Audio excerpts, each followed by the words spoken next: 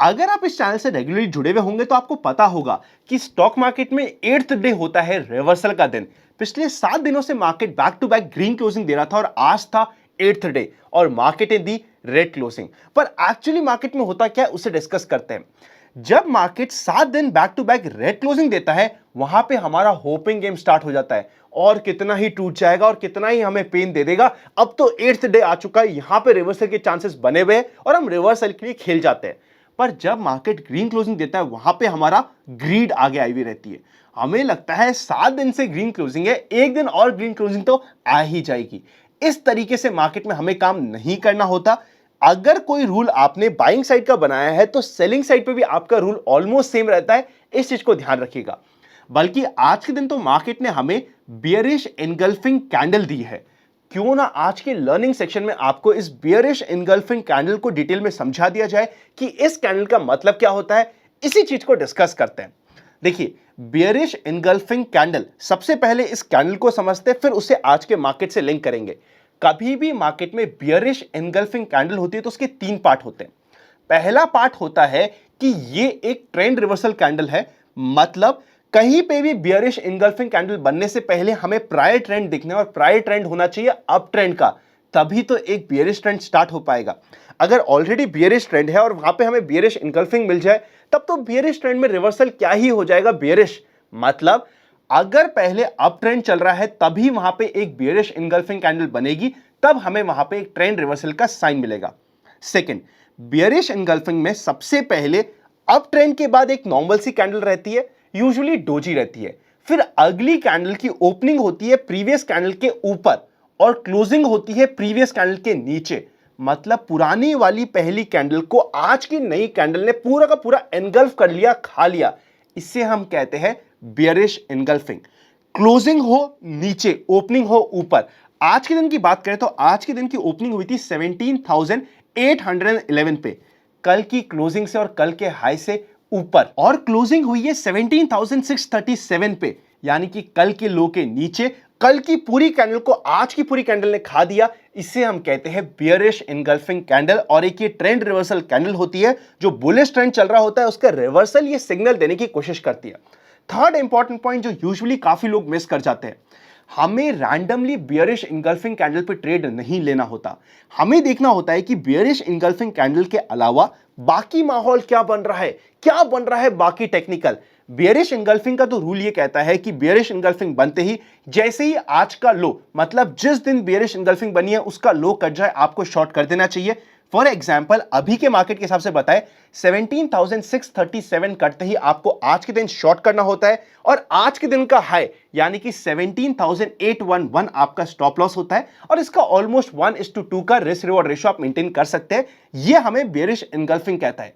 पर हमारा मार्केट का रूल यह कहता है कि रैंडमली बियरिश एनगल्फिंग पे ट्रेड किया तो हम फंस जाएंगे। हमें देखना पड़ेगा कि ओवरऑल मार्केट कहां पे प्लेस्ड है। अगर हम ओवरऑल मार्केट की बात करें तो मार्केट का इंपॉर्टेंट सपोर्ट आने वाला है 17,500 पे।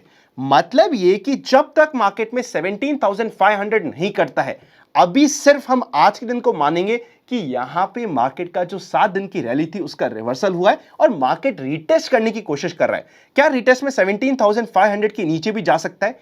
एक दिन के लिए जा सकता है, बिकॉज यहां पे मार्केट की एक्सपायरी आ जाएगी जैसे ही मार्केट अगले दिन यानी कि थर्सडे को ओपन होगा।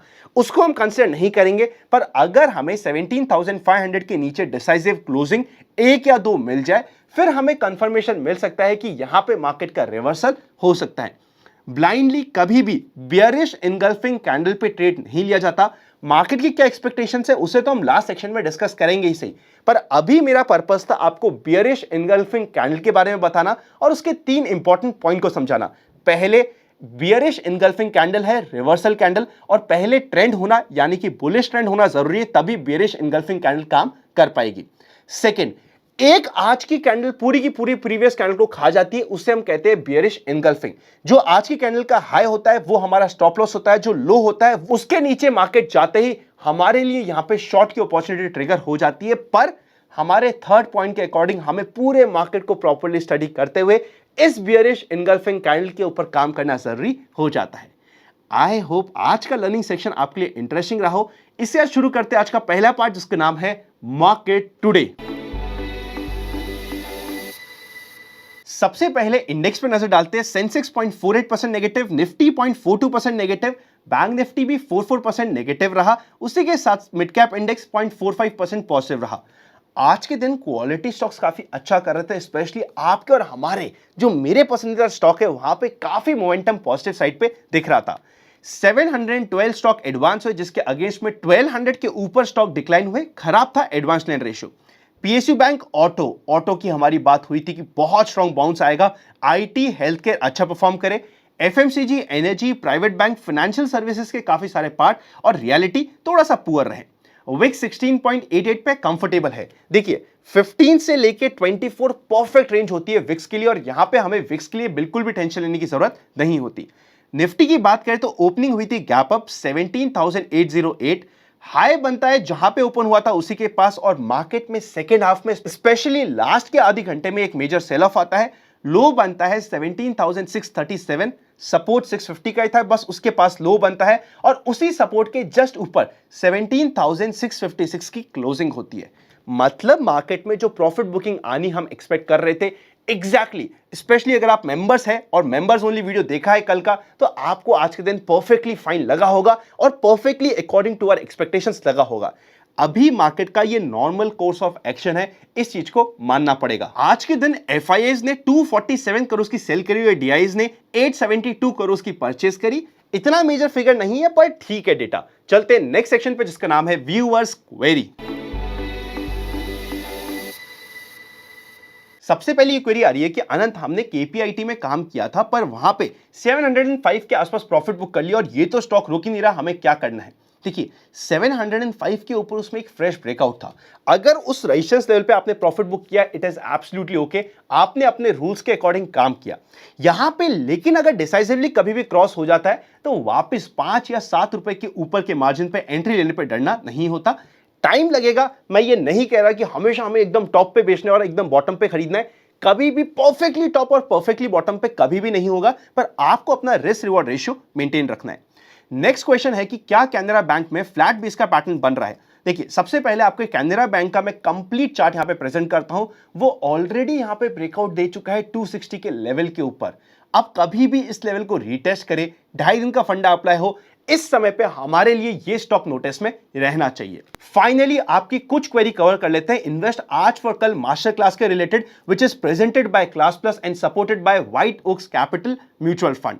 इसकी सबसे मेन क्वेरी आ रही है कि हमें अनंत रजिस्ट्रेशन का कंफर्मेशन कैसे मिलेगा? जो भी सिलेक्टेड पार्टिसिपेंट है उनको मेल पे कंफर्मेशन मिल चुका है। हो सकता है शायद आपको स्पैम में कंफर्मेशन मिला हो, तो वहां पे जाके चेकआउट कर लीजिएगा। कुछ भी क्वेरी है तो हमारी टीम से कनेक्ट कर लीजिए, हेल्पलाइन नंबर डिस्क्रिप्शन में है। सेशन में टाइम से आना बहुत जरूरी है। 9:55 AM पे 10 बजे सेशन स्टार्ट होगा। 9:55 AM पे फ्लैट शार्प एंट्री बंद हो जाएगी।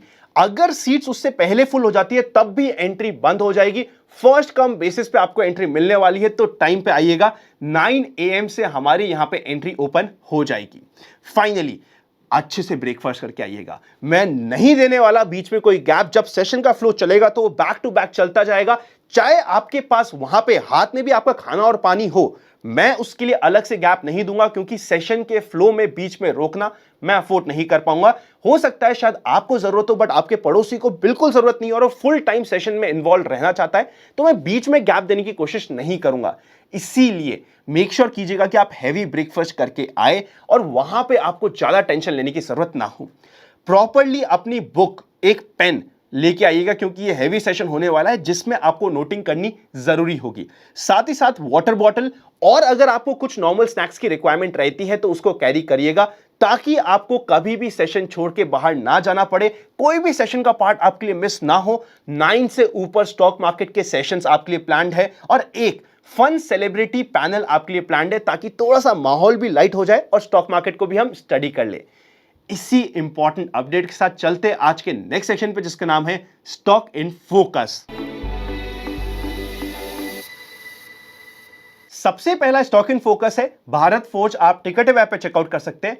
805 के ऊपर इसमें एक फ्रेश ब्रेकआउट और मोमेंटम का रेडी हो जाता है। टेक्निकली मैं आपको चार्ट भी दिखा देता हूं, आप यहां पे चार्ट पे चेकआउट करिएगा। अगर ये कभी भी रिटेस्ट होता है 780-85 के पास, नोटिस में रहेगा, 2.5 दिन के फंडे के लिए नोटिस में रहेगा, एक इंपॉर्टेंट रेंज को क्रॉस करके ऊपर जाने की कोशिश कर रहा है तो एक स्विंग का कैंडिडेट ये हो जाता है। ऐसे ही स्विंग के कैंडिडेट के लिए नेक्स्ट स्टॉक बहुत क्लोज है जिसका नाम है मेरा प्यारा ट्यूब इन्वेस्टमेंट। इस स्टॉक में वैसे भी 2500 के आसपास, 250 के आसपास इंपॉर्टेंट सपोर्ट था। अब अगर ये कभी भी 2850 के लेवल को क्रॉस करता है तो एक फ्रेश स्विंग के लिए रेडी हो रहा है, हमारे नोटिस में रहना चाहिए। फाइनली IRCTC भी एक ऐसा स्टॉक है जो 750 के ऊपर ही आप टिकट वेब पे चेकआउट कर सकते हैं, फ्रेश स्विंग के लिए रेडी हो जाएगा। अगर अभी तक आपके पास या किसी भी फैमिली मेंबर के पास डीमैट नहीं है, डिस्क्रिप्शन में आपको इंडिया के बेस्ट डीमैट अकाउंट ओपनिंग्स मिल जाएंगे। अगले 15 से 20 दिनों में बहुत सारे आईपीओज आने वाले हैं जिसके लिए आपको डीमैट की रिक्वायरमेंट होगी। प्लस अगर आप प्राइवेट चैनल का भी पार्ट बनना चाहते हैं, डीमैट खुलाना कंपलसरी होता है, उसके लिए हमारे लिंक से उसकी भी सारी डिटेल्स आपको डिस्क्रिप्शन में मिल जाएगी। चलते हैं फाइनल सेक्शन पर जिसका नाम है एक्सपेक्टेशंस फ्रॉम टुमारोज मार्केट। सबसे पहले जनरल मार्केट ट्रेंड की बात करें तो वो न्यूट्रल है, कंफर्टेबल है। निफ्टी का मेजर रेजिस्टेंस रहेगा 17,800 पर, इंपॉर्टेंट सपोर्ट रहेगा 50 डे मूविंग एवरेज की लाइन जो 17,500 के आसपास आ जाती है। पुट कॉल रेशियो 1 के नीचे है, कंफर्टेबल है। पर ओवरऑल मार्केट की बात करें, मैं पर्सनली अपनी ऑप्शंस की ट्रेड इस महीने की सारी ऑलरेडी क्लोज कर चुका हूं, बिकॉज यहां पे सीधा मार्केट ओपन होगा एक्सपायरी के दिन, जिस दिन थोड़ा एक्स्ट्रा ड्रामा हो सकता है। थर्सडे को स्टॉक स्पेसिफिक एक्शन में कोई दिक्कत नहीं है। कॉल पुट में अननेसेसरी खेलने की मैं कोशिश नहीं करूंगा। मार्केट अगर रिटेस्ट होता है तो वो अभी, जब तक मार्केट न्यूट्रल में बना हुआ है, एंट्री की अपॉर्चुनिटी ही होगा। अननेसेसरी पेन में लेके डरने की जरूरत, और जो 15,000, 14,000, 12,000 रिसेशन की बातें कर रहे हैं वो मार्केट हमें इंडिकेट कर देगा अगर ऐसा कुछ हो रहा होगा।